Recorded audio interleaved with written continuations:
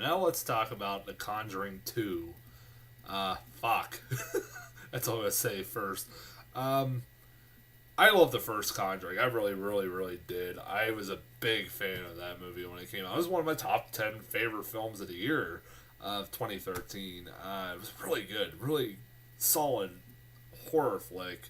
Um, it, it It really was. I love James Wan as a director. I'm a huge fan of him. Like he is really good at making horror movies. The only movie I don't like of his is Insidious. I know that's weird for a lot of people for me to say because I know a lot of people that do like that movie, but I just really could not get into that movie. Even I will even say like the guy still knows how to make a good horror movie, and like up to a certain point, Insidious was a pretty good movie until it got to like the explanation of what was going on. It kind of got a little too ridiculous for me. Like gas mask seance, what the fuck?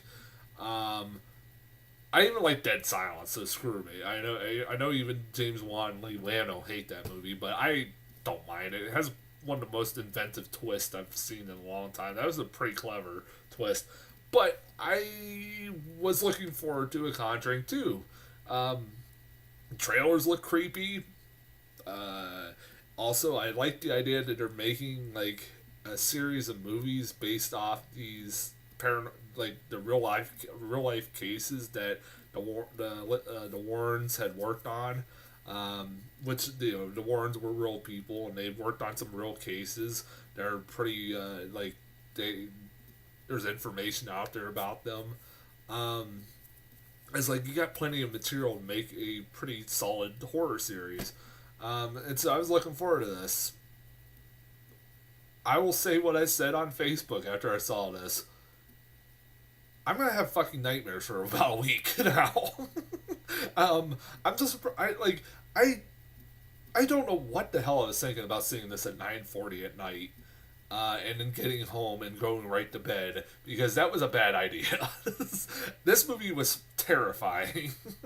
It was generally terrifying. This is one of the best horror sequels I've seen in a long time. I can't think of the last time I've seen a horror sequel that was, if not as good as the sequel or as the original, maybe even a little bit better. I know I might get shit for that, but I kind of almost like this a little bit more. It's kind of hard. I had to watch the first one again, but I really like this movie. This was a really goddamn terrifying experience sitting in the theater. Also helped that I saw this in the front of a packed house. Holy shit! Like the crowd was into it. Like I was with like a bunch of teenage girls. Of course, they screamed and everything. That was pretty entertaining. That was at least one of the most entertaining parts. Uh, I could. What do I say about this thing? I love. I thought the acting was great. I love again Patrick Wilson and Vera Farmiga as the Warrens. They do a fantastic job representing these people that were generally pretty decent people that were trying to help these people that were being haunted and them believing this movie. Uh, like the chemistry between these two is really really good. I love them as a married couple. They're very convincing as this married long married couple who've been together for a long time, and like they have generally good chemistry together. I love Vera Farmiga as an actress. She's really good in this movie. She always really sticks out. Almost everything I see her in, from Bates Motel to Departed to even Orphan and original Conjuring. Um, I liked the little girl in this movie. I thought she was actually really good. She was pretty goddamn good at it.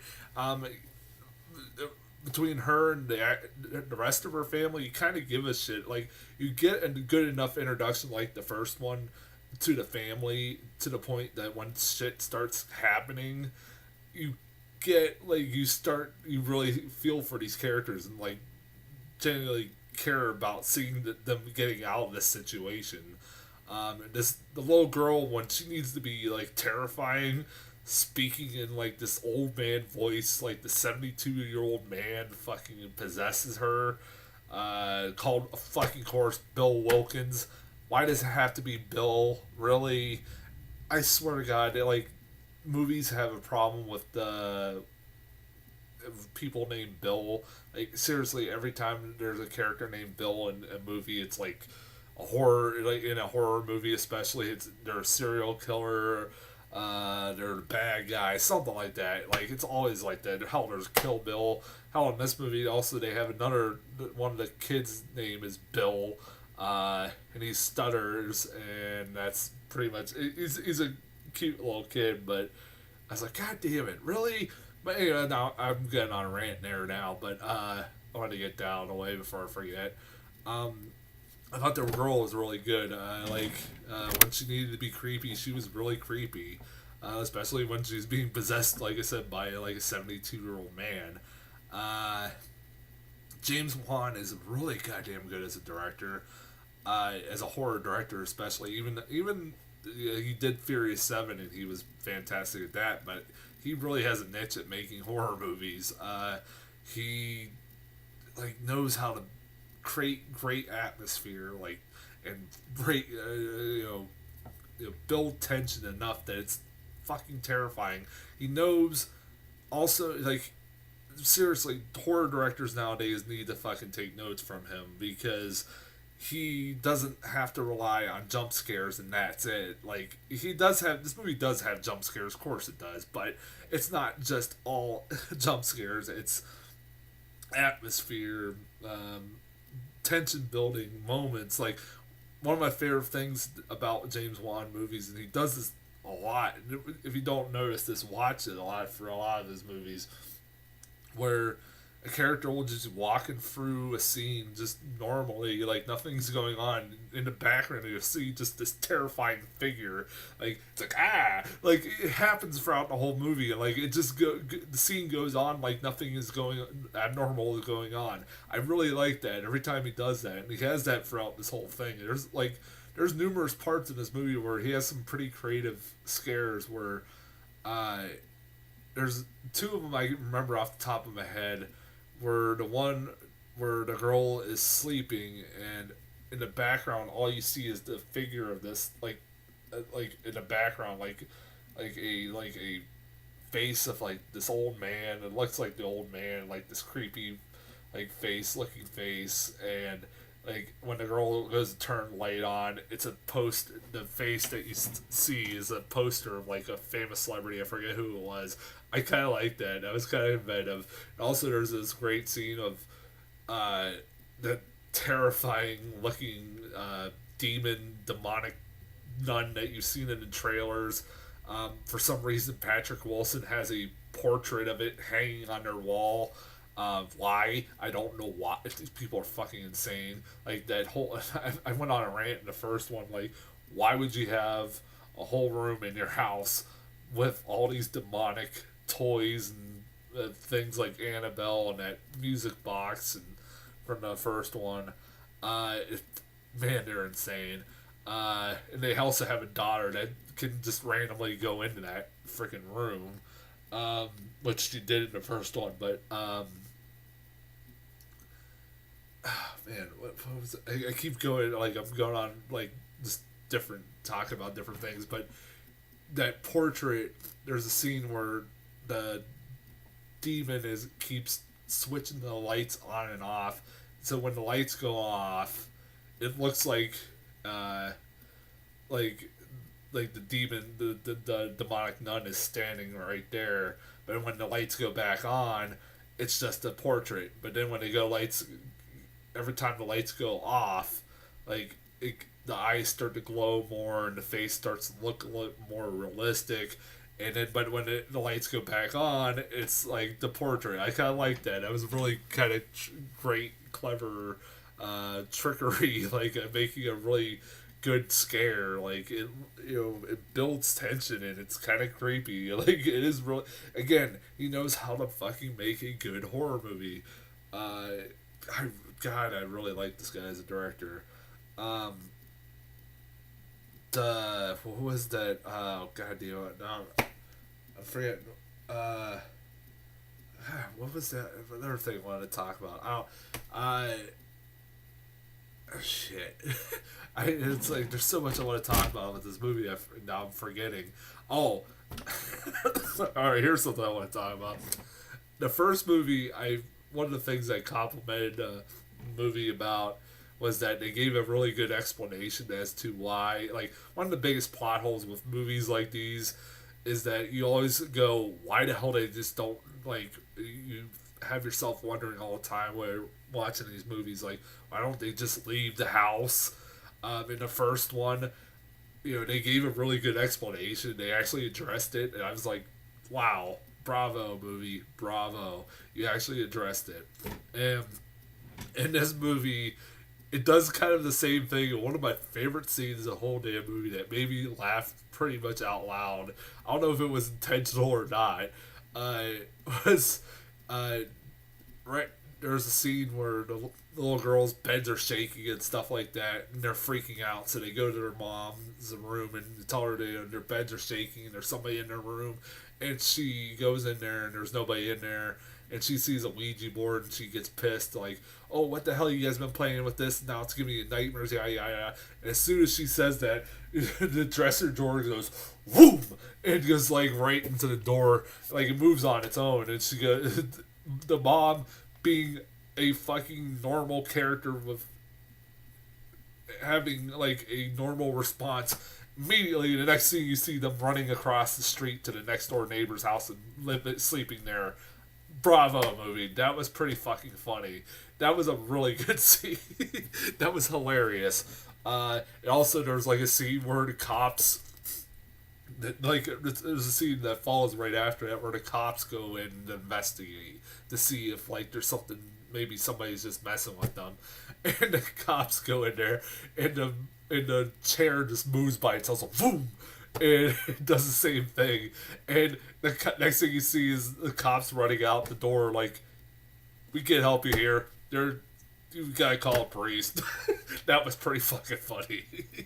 Also, I like, now this movie has one of those things that I hate about a lot of these movies where you got those people that are fucking like, now I'm a person that doesn't believe in ghosts, demons, all that stuff.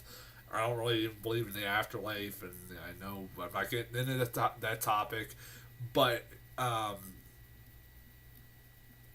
there's parts where there's in this movie that have like doubters, and people are doubting what the Warrens are doing and like everything else, yada yada yada. And there's at one point even a child psychologist that tags along with them, because when they go to this house in England, they have damn it. Oh yeah, that's one thing I want to talk about. Now I remember something else I want to talk about. Like I said, this is gonna be a long review. They go to the house in England. They are told by the church that they don't know whether this is a real case, like if there's really something supernatural going on or not. They want the Warrens to go out there and figure it out and report back to the church, and they don't want the Warrens to even really do anything if they don't have to. And if there isn't really anything going on, they think part of it, there's this child psychologist that thinks that maybe the girl is just making this up just to act out. And one of the things I like about this movie is that there are parts in this thing where you're like, where the people that are kind of like, doubting what is going on actually kind of make some goddamn sense. They actually give some pretty good explanations as to why they're doubting what is going on. And I also do like that the mom is like one of the only people that actually believes them, or believes the daughters and stuff, and she's not a dumb fucking parent like most horror movies are. And like, there's a scene at the end of the movie where you're like, okay, maybe this doubter is right. They kind of make some valid points. But it does end up. I'm not gonna get spoilers, but it gets interesting. And like, I like that. Like, there was points in this movie where, you know what, I can understand why there's some doubts going on. Like, you know what, like, usually when you see this in horror movies, like there's people doubting what's going on. They're like, it's like, what the fuck, dude? Don't you see what the fuck is going on right in front of your face? But this one, there was pretty valid points. Also, one of the things that I talked about in the first one was that I was kind of excited. I was like, oh, are they going to do an Amityville movie? Because the end of the movie kind of teased like them going to Amityville because they were the paranormal investigators that worked on the Amityville house after that guy murdered his family. And I was like, oh, and when I saw this movie was coming out, I was like, oh man, they're not doing the Amityville horror movie? Oh, whatever. But to my surprise, the beginning of this movie, like the beginning of the movie was about Annabelle and all that stuff like that. The beginning of this movie is them investigating the Amityville house. We kind of get our Amityville movie that we kind of were teased at the end of the first one, and it does tie in with the movie overall, which I'll give it that. Because really Annabelle didn't really tie in much with it either. If that's one thing that the movie would, I would say the first one did well over the second movie did well over the first one. But really, Annabelle, it was just a really creepy story that they showed at the beginning of the movie that kind of set the mood. It still worked, but it was like, if there's any complaints I could have with this movie, there's only two. One, the CGI. CGI in this movie could be a little questionable at points. Especially the Crooked Man. What the fuck was that? I remember seeing that the first time. I went, that's a little fucking ridiculous. That's a little cartoony, too cartoony for me in this movie. And sometimes the CGI, like I said, CGI can be a little ridiculous, but it wasn't like a deal breaker for me, which that was good. Also, when you have a movie about like the Warrens and stuff like that, and you know, if you know anything about these people, you know that they lived. The woman's still alive. The husband is dead. He basically just lived of old age. Died of old age. I think he died when he was like 79 or something like that. He only died in like 2006, but